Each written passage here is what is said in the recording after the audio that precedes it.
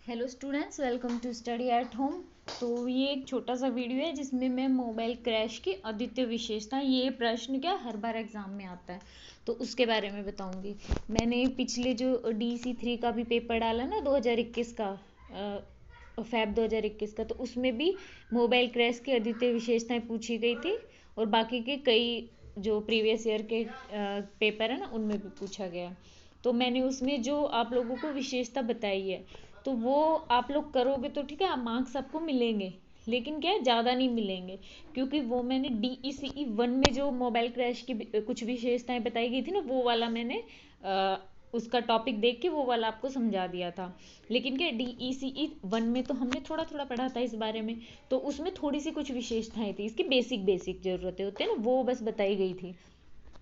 अभी अभी क्या है कि जो DC3 है तो इसमें ये ऑर्गेनाइजेशन है ना, इसको हमें किस तरह से संचालित करना है वो सिखाया गया है। तो क्या है, इसकी जो विशेषताएं होती है ना, पूरी संपूर्ण रूप से पूरी विशेषताएं बताई गई हैं। तो इसका आंसर ना थोड़ा अलग होगा उससे, तो वो भी आप याद कर सकते हैं। जैसे कि ये वाला दिख रहा है ना, ये वाला इस तरह का है जो मैंने आपको पीछे करवाया है, मोबाइल क्रैश की अद्वितीय विशेषताएं। इसमें क्या छोटी छोटी, जैसे बच्चे केंद्र में आएंगे या फिर केंद्र में आके क्या क्या करेंगे, वो घर के पास रहता है, वहाँ पे बच्चों को, माओ को, सबके लिए क्या क्रियाएं की जाती है, तो इस टाइप से बताया था।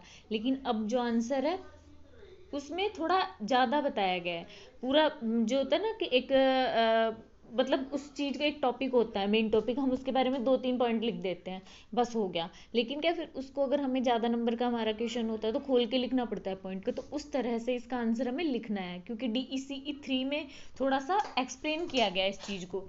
तो इसका आंसर थोड़ा सा अलग है, तो मैं इस वीडियो में आपको ये सॉल्व करा देती हूँ। किसी भी ईयर के पेपर में जब ये आएगा मोबाइल क्रैश की अद्वितीय विशेषता है, तो आप ये आंसर लिख सकते हैं। बाकी वो वाला भी लिख सकते हैं, लेकिन उसमें आपको मार्क्स थोड़े से मतलब उस हिसाब से मिलेंगे ना, उसमें थोड़ी सी चीज़ें बताई गई हैं। और इसमें पूरे के पूरे जो मोबाइल क्रैश है उसके बारे में बताया गया है। तो इसमें हमें विशेषताएं बतानी है मोबाइल क्रैश की। तो अधिकांश जो अन्य संस्थाएं होती हैं उसके विपरीत, यानी कि संस्थाएं होती हैं वहाँ पे क्या रहता है कि अच्छे से कमरा रहता है ना बच्चों के लिए, जो केंद्र होता है ना, स्थान अच्छा सा होता है। लेकिन जो मोबाइल क्रैश है, इनके जो कर्मचारी होते हैं उनको भीषण कठोर परिस्थितियों में बच्चों की सभी आवश्यकताओं को पूरा करना पड़ता है। और जो केंद्र होते हैं ना, वो इस ऐसी जगहों पे होते हैं जो जहाँ पे निर्माण जो स्थल होते हैं ना उनके पास होते हैं। तो जहाँ पे क्या जो बिल्डिंगें बन रही हो, तो वहाँ पे जो उन बच्चों का परिवेश होता है उसके लिए बच्चों के पास वहाँ पे क्या होता है, उन लोगों के पास कि सिर्फ रोड़े, पत्थर, कंकड़ है ना, ये या जो भी चीज़ें निर्माण में यूज होती है वो चीज़ें आसपास उनके लोग पड़ी रहती हैं, ठीक है। तो मुश्किल से वहाँ की क्या दिक्कत होती है वहाँ के कार्यकर्ताओं को, लेकिन फिर भी वो वहाँ पे काम करते हैं, ये भी एक उनकी विशेषता है। यहाँ पे कई बार जो बाल देखभाल कार्यकर्ता होते हैं, वहाँ पहुँचने के लिए उनके पास के परिवहन के साधन भी बहुत कम होते हैं, क्योंकि क्या है, बिल्डिंगे वगैरह तो दूर किसी जगह पे बन रही होती है जहाँ पे आवागमन का साधन कम हो। तो ये भी दिक्कत होती है उनको, शौचालय वगैरह जाने के लिए भी क्या सुविधा नहीं होती, उनको खुले में जाना पड़ता है, दिक्कत होती है, परेशानी होती है। तो ये मोबाइल क्रैश के बारे में बताया गया। दूसरा क्या है कि जो माताएं काम पे जाती हैं, इसलिए या तो वे इतनी व्यस्त रहती हैं कि बच्चे की जो शिक्षा होती है ना उसके प्रति अनभिज्ञ रहते हैं, यानी कि क्या वो पूरे दिन मजदूरी करते हैं। जो मोबाइल क्रैश में बच्चे आते हैं ना, तो हमने जो अभी मैंने पिछली बार इसका आंसर अभी जो आपको दिखाया था उसमें बताया गया है कि जो माएँ होती हैं तो वो क्या है, वो वहाँ पे काम कर रही होती है, उन्हीं के बच्चे मोबाइल क्रैश में पढ़ने आते हैं।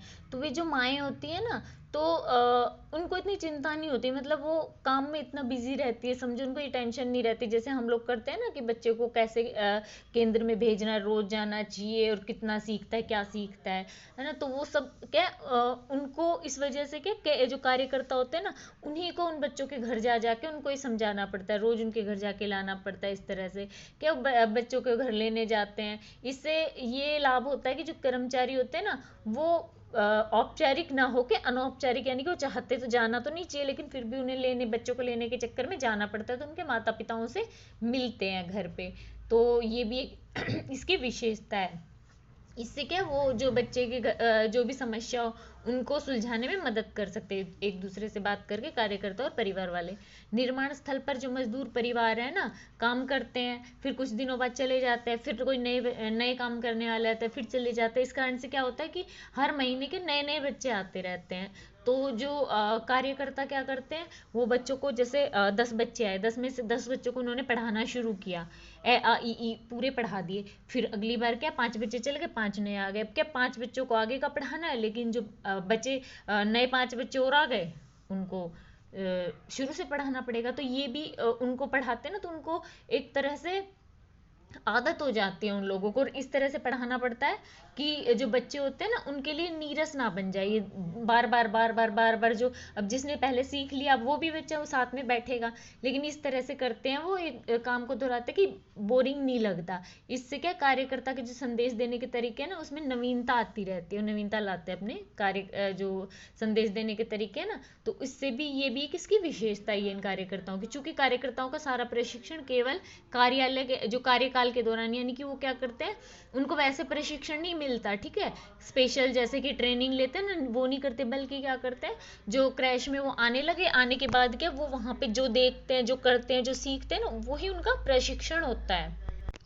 इसलिए क्या होता है कि ऐसे उनको वहाँ पे जो कार्य करना होता है ना, वो ही करते हैं। तो उनको अलग से इस चीज़ की तैयारी नहीं करते वो लोग, टाइम भी नहीं मिलता है, क्योंकि मतलब आने जाने में, बच्चों को घर से लाने में या फिर उनको पढ़ाने में टाइम निकल जाता है।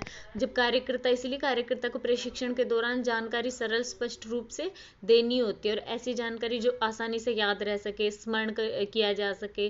तो ये सारी की सारी चीज़ें उनके अंदर ना, कार्यकर्ता होता है उसके अंदर होनी चाहिए होते हैं ये कार्यकर्ता। तो कार्यकर्ता इस तरह से ये चीजें ना सरल स्पष्ट रूप से बनाना अपने आप सीख जाता है काम करते करते। तो ये भी एक उसका समझो कि विशेषता ही है, मोबाइल क्रैश में काम करने करता है ना कार्यकर्ता, तो उसकी विशेषता हो गई।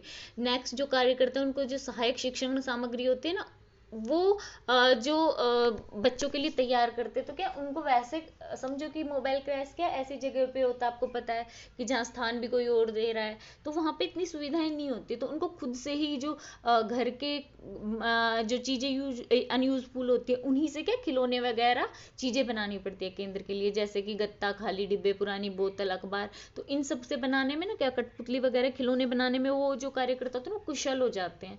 तो ये भी एक इसकी विशेषता हो गई। वहाँ पे बच्चे होते हैं, उसको उच्च कोटि की देखभाल और पर्यवेक्षी उपायों में जो सुनिश्चित होते हैं यहाँ पे, यानी कि बच्चे जो होते हैं वो, वैसे तो देखो मजदूरों के बच्चे उनको ना मिल पाए क्योंकि माता पिता काम करते रहे, बच्चे इधर उधर घूमते रहे, लेकिन क्या है, अगर मोबाइल क्रैश में जाएंगे तो बच्चे के देखभाल सहायक पर्यवेक्षी उपाय मिलते हैं। अभी सहायक उपाय भी वहाँ पे दिए जाते हैं, चूंकि अधिकांश जो कार्यकर्ता होते हैं ना, वो भी समझो उसी तरह की पिछड़ी जो सामाजिक आर्थिक परिस्थितियों से आते हैं। तो उनका स्वास्थ्य भी जो होता है ना, शारीरिक स्वास्थ्य, भावात्मक, ये सब खराब हो सकता है, मे भी हो सकता है। तो क्या ध्यान रखना है कि इनको भी क्या मोबाइल क्रैश के अंतर्गत इनको भी सुविधाएं दी जाती हैं, इन्हें भी मदद और देखभाल की जरूरत होती है, तो ये सब उनको मिलता है। इन जो कार्यकर्ता होते हैं, तो इन्हें अस्पताल भी भेजा जाता है, पूरक आहार भी दिया जाता है, बच्चों के साथ साथ जो कार्यकर्ता होता है ना उसको भी मिलता है। तो ये भी किसकी विशेषता होगी। जिन कार्यकर्ताओं के स्वास्थ्य की गंभीर समस्या हो कार्य करने वाले को, तो उसको विशेष वित्तीय सहायता नहीं, कुछ पैसे की सहायता भी दी जाती है। सामूहिक स्वास्थ्य बीमे आदि ये सब भी कदम उठाए जा रहे हैं। सामूहिक क्रिया, नाटक, योग अभ्यास, योग का जो अभ्यास होता है ना, वो संगीत आदि पे विशेष कार्य जो होते हैं ना, कार्यक्रम होते हैं। इससे भी जो कार्यकर्ता है उसको अनौपचारिक गोष्ठी, पिकनिक, इनके द्वारा जो कार्यकर्ता होता है ना उसको भी उसके रहता है ना, उसको भी मनो जो सामाजिक पहलू होता है उसको भी मतलब प्रोत्साहित किया जाता है जो कार्यकर्ता होता है। तो ये भी एक इसकी विशेषता होती है। सभी जो होते हैं ना वहाँ पे कार्यकर्ता होते हैं, उनको जो सभी की वित्तीय जानकारी व कानून के संबंध में जानकारी दी जाती है, प्रोत्साहित किया जाता है। इसके अंतर्गत जो कार्यकर्ता होते हैं उनको बैंकिंग, है ना, लेन देन संबंधी कार्य, केंद्र में धन जो होते हैं उनकी व्यवस्था करना, बजट बनाना, ये सब के सब सीखने के मौके दिए जाते हैं। तो ये भी एक इसकी विशेषता हो गई। अभी पर्यवेक्षी उपाय, ये भी एक इसकी विशेषता है। इसमें क्या है, जो संसाधनों के उचित उपयोग व धन के उचित आवंटन को सुनिश्चित करने के लिए सभी केंद्रों में अति सावधानी से अभिलेख तैयार किए जाते हैं। कार्यकर्ता जो होते हैं वो अभिलेख बनाने, जो स्टॉक आ रहा है सामान का, है ना, उसका निरीक्षण करने, गुणवत्ता की कैसा है वो सामान, वो सब सिखाने का प्रशिक्षण दिया जाता है। इससे भी क्या है, जो कार्यकर्ता होते हैं ना वो सीखते हैं फिर सभी स्तर के कार्यकर्ता होते हैं, उनके बीच निरंतर अंतःक्रिया, संस्था के प्रति निष्ठा की भावना पैदा की जाती है। इससे क्या है, वो समझो कि संस्था को अपना सा समझेंगे ना कि हाँ हमें हमारी संस्था, इस टाइप से वो काम करेंगे, अच्छे से काम को सुचारू रूप से करते हैं, ताकि कार्यक्रम की क्वालिटी होती है ना वो अच्छी बेहतर बनी रहे। या जो बच्चों को वो सिखा रहे तो अच्छे से सिखाए। उदाहरण के तौर पे, यानी कि एग्जाम्पल पे बताया गया कि जैसे कोई कार्यकर्ता है ना, उसकी जिम्मेदारी है कि सुबह खोल रहा है काम, ठीक है, तो उसके पास चाबी है। तो अब ऐसा नहीं है कि किसी विशेष दिन पे काम पे नहीं आएगा, क्योंकि अगर उसका काम है, स्पेशल दिन कभी अब बुलाना पड़ा है ना, तो उनको इस तरह से सिखाया जाता है कि वो जैसे अगर संडे को भी खोलना है, कुछ काम हो गया, तो ऐसे नहीं कह सकता कि नहीं आऊँगा, है ना, वो आता है। या फिर पहले से चाबी किसी और सहकर्मी को सौंप देगा ढंग से। तो ये चीज़ भी एक इसकी विशेषता है कि उनको ये सब आता है, ठीक है। वहाँ पे कार्यकर्ताओं को नियमित व आवधिक वहाँ पे बैठ के होती हैं। सभी कार्यकर्ताओं के द्वारा जो क्रियाएं होती हैं ना, उनका मूल्यांकन किया होता है। जो कार्यकर्ता होते हैं उनकी क्रियाओं का मूल्यांकन किया जाता है। मूल्यांकन के दौरान जो उनके जो कार्यकर्ताओं की शिकायतें सुनी जाती हैं कि भाई देखो ये आए, हम ये काम करते तो हमें ये दिक्कत है, वो सब भी सुनी जाती है। और उनकी जो होता है ना बाद में उनको समस्याओं को सुलझाने के लिए भी प्रयास किए जाते हैं। और जो कार्यकर्ता होते हैं उनके जो प्रयास होते हैं उनकी भी प्रशंसा की जाती है। प्रत्येक कार्यकर्ता के कार्य का मूल्यांकन होता है, जो वरिष्ठ अधिकारी होते हैं ना वो सब करते हैं। और उससे क्या फिर मूल्यांकन को लिखित रूप में भी दिया जाता है। फिर उसके बाद क्या है, इसके ऊपर चर्चा, विचार विमर्श, इनमें मूल्यांकन जिसका किया जा रहा है ना उसको भी शामिल करते हैं। यह कि मतलब अच्छा हुआ तो अच्छा हुआ, अच्छा आपने ऐसा किया, क्या क्या किया, और ये चीज़ होनी चाहिए थी, ये नहीं हो पाई, तो अच्छा ये बच्चे का ये विकास के लिए हमने इसमें देखिए लक्ष्य निर्धारित किया था, आपने नहीं किया, तो क्या वजह है इसकी, कोई कमी रह जाए, है ना, तो ये उस कार्यकर्ता को शामिल किया जाता है उससे बात करने के लिए, कि अगर वो अपने बचाव में कुछ कहे तो वो कह सकता है, या फिर जो उसमें कमियां हैं उसके सुधार के लिए हम उसे कुछ परामर्श दे सकते हैं, मान सकता है। कम बजट वाले कल्याण संस्था संगठन है ना, उनके जो कर्मचारी होते हैं उनको भी आर्थिक प्रोत्साहन दिए जाते हैं इसमें।